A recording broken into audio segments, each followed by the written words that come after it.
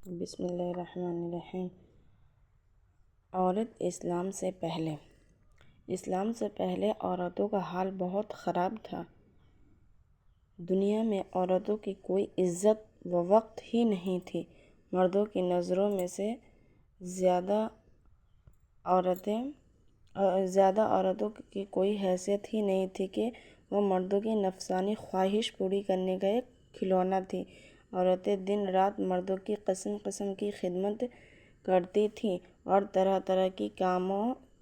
کے کاموں سے، یہاں تک کہ دوسروں کی محنت و مزدوری کر کے جو کچھ کماتی تھیں وہ بھی مردوں کو دے دیا کرتی تھیں، مگر ظالم مرد پھر بھی ان عورتوں کی کوئی قدر نہیں کرتے تھے، بلکہ جانوروں کی طرح ان کو مارتے پیٹتے تھے۔ ذرا سی بات پر عورتوں کے کان، ناک وغیرہ اعضاء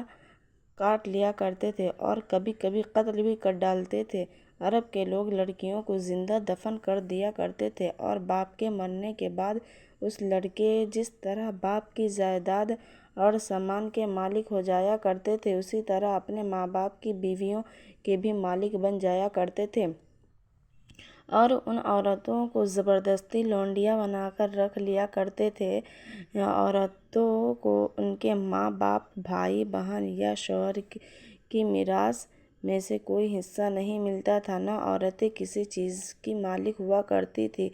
عرب کے بعض قبیلوں میں یہ ظالمانہ دستور تھا کہ بیوہ ہو جانے کے بعد عورتوں کے گھر سے باہر نکال کر ایک چھوٹے سے تنگ و تاریک جھونپڑے میں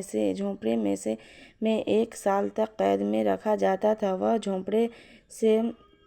باہر نہیں نکل سکتی تھی، غسل کر سکتی تھی، نہ کپڑے بدل سکتی تھی۔ کھانا پینا اور اپنی ساری ضرورتیں اسی جھونپڑی میں پوری کرتی تھیں۔ بہت سی عورتیں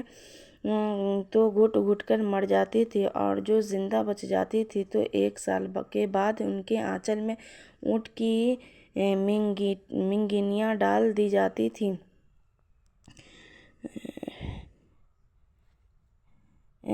اور ان کو مجبور کیا جاتا تھا کہ وہ کسی جانور کے بدن سے اپنے بدن کو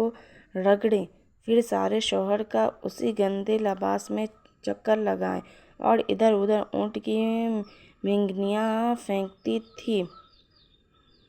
پھینکتی ہوئی چلتی رہیں۔ یہ اس بات کا اعلان ہوا تھا کہ ان عورتوں کی عدت ختم ہو گئی۔ اسی طرح کی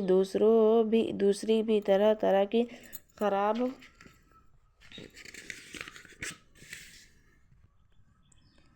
خراب اور تکلیف و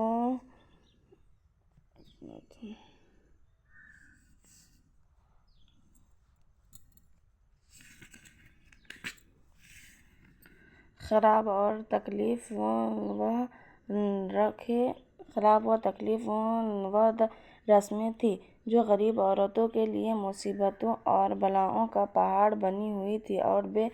چار مصیبت کی ماری عورتیں گھٹ گھٹ کر اور رو رو کر اپنی زندگی کے دن گزارتی تھیں۔ اور ہندوستان میں تو بیوہ عورتوں کے ساتھ ایسے دردناک ظالمانہ سلوک کیے جاتے تھے کہ جن کی سوچ کر کلیجہ منہ کو آ جاتا ہے۔ ہندو دھرم میں ہر عورت کے لیے فرض تھا کہ وہ زندگی بھر قسم قسم کی خدمتیں کرے، پتی پوجا، شوہر کی پوجا کرتی رہے اور شوہر کی موت کے بعد اس کی چتا کے آگے کے شعلوں پر زندہ لیٹ کر ستی ہو جائے، یعنی شوہر کی لاش کے ساتھ زندہ عورت بھی جل کر راکھ ہو جائے۔ غرض پوری دنیا میں بے رحم اور ظالم مردوں پر ایسے ظلم و ستم کے پہاڑ